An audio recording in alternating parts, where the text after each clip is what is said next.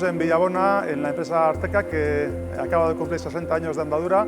Es un milagro, pero lo que realmente nos enorgullece no es solamente la andadura, sino el futuro que tiene en la medida en que invierte en I+D+I, compra nuevos pabellones, se ve que tiene una pujanza de cara al futuro muy importante, y es precisamente la imagen de la industria del territorio, la ilusión que tienen, el futuro que realmente proyectan a su alrededor. Yo creo que es una magnífica noticia este 60 cumpleaños, pero es mucho más importante el futuro que tiene esta empresa.